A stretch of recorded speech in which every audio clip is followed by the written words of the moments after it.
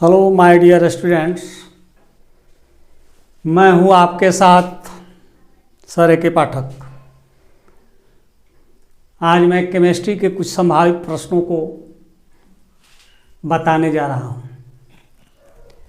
इसमें question number 1 है, श्वसन को ऊष्माक्षेपी अभिक्रिया क्यों कहते हैं?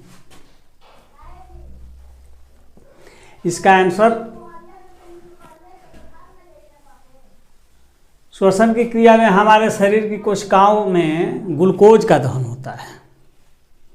हमारे शरीर की कोशिकाओं में ग्लूकोज का दहन होता है, जिससे हमें ऊर्जा प्राप्त होती है। ये ऊर्जा होती है कैसा? ऊष्मा ऊर्जा। इसलिए ऊष्मा का उत्सर्जन होता है, इसलिए इसे हम ऊष्माक्षेपी अभिक्रिया कहते हैं।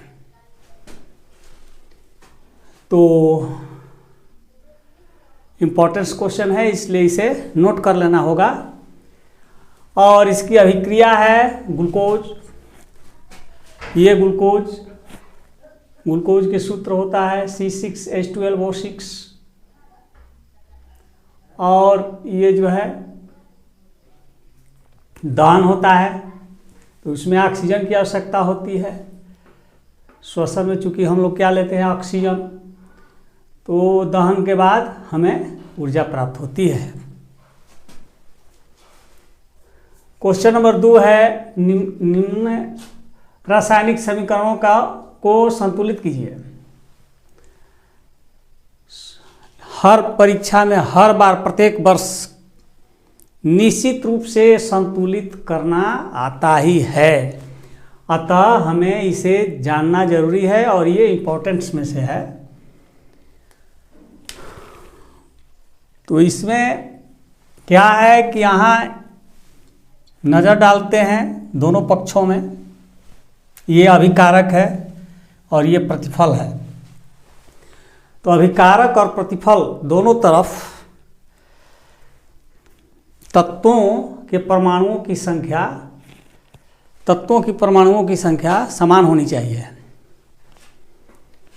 तो यहाँ हम देखते हैं क्या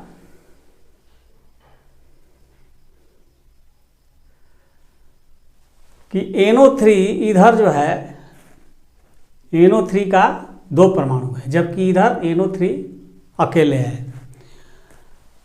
सबसे पहले इसको हम संतुलित करना चाहते हैं, तो सबसे पहले इसे हम इधर 2 से गुना करते हैं।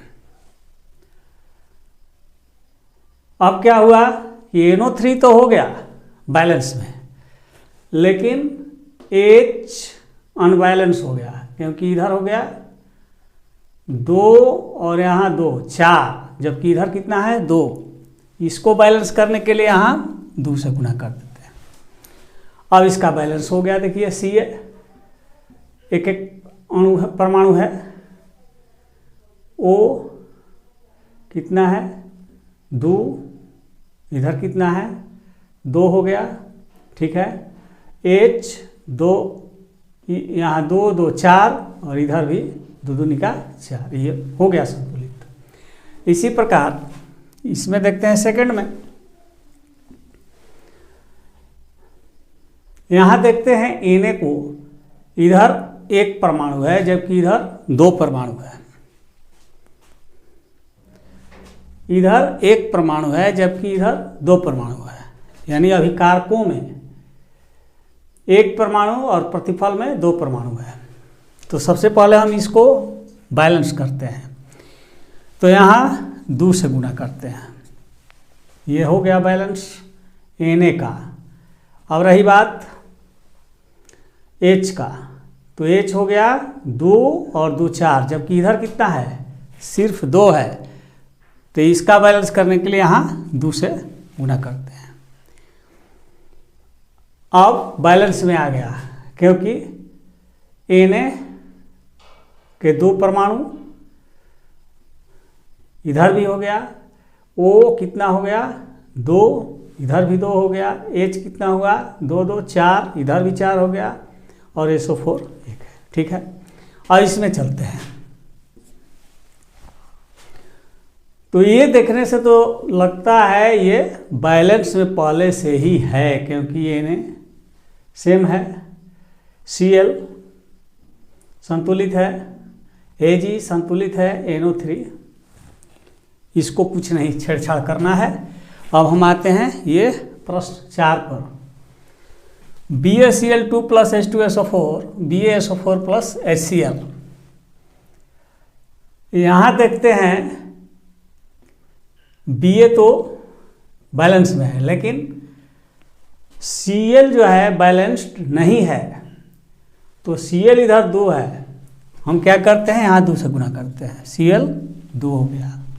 अब H का बैलेंस देखते हैं, H 2, इधर भी 2, Ba 1 और SO4 1, बैलेंस हो गया। अब क्वेश्चन नंबर 3 पर नजर डालते हैं। क्वेश्चन नंबर 3 है, जब लोहे की कील को कॉपर सल्फेट के विलयन में डुबोया जाता है तो विलयन का रंग क्यों बदल जाता है?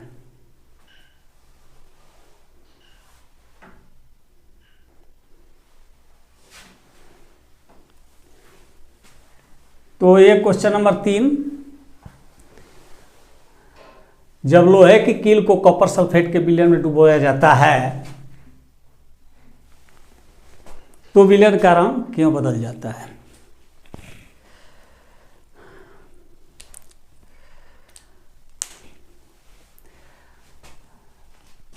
हम जानते हैं कि लोहा जो है कॉपर से अधिक क्रियाशील धातु है।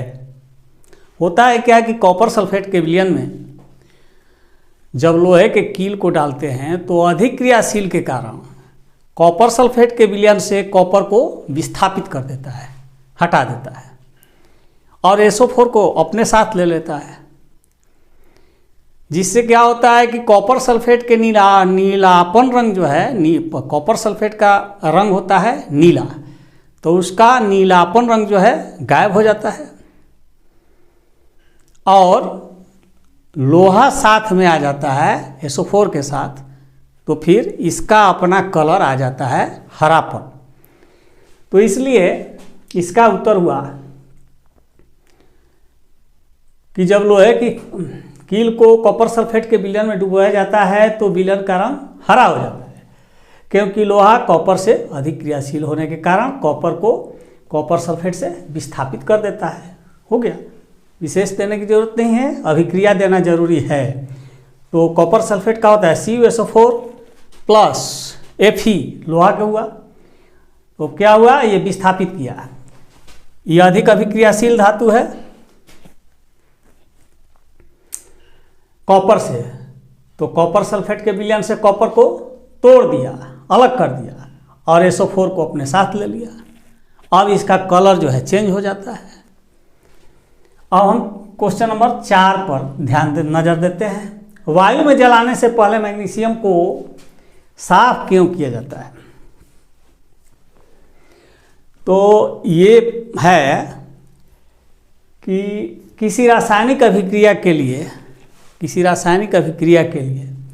अभिकारकों को आपस में संपर्क में आना अति आवश्यक है। जैसे 2 अभिकारक है,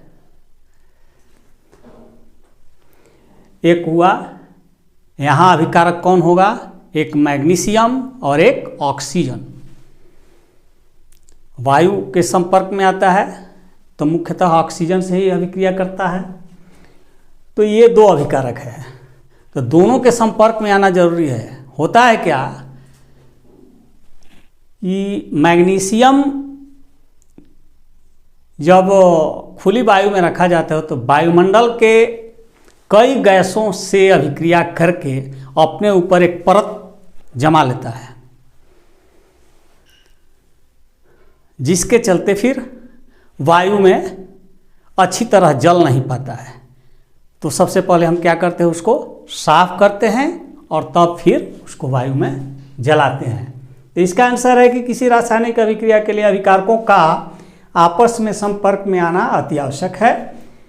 मैग्नीशियम रिबन वायुमंडलीय गैसों से अभिक्रिया करके अपने ऊपर एक परत बना लेता है, जिसे साफ करना अति आवश्यक है, अन्यथा यह वायु में जल नहीं पाएगा।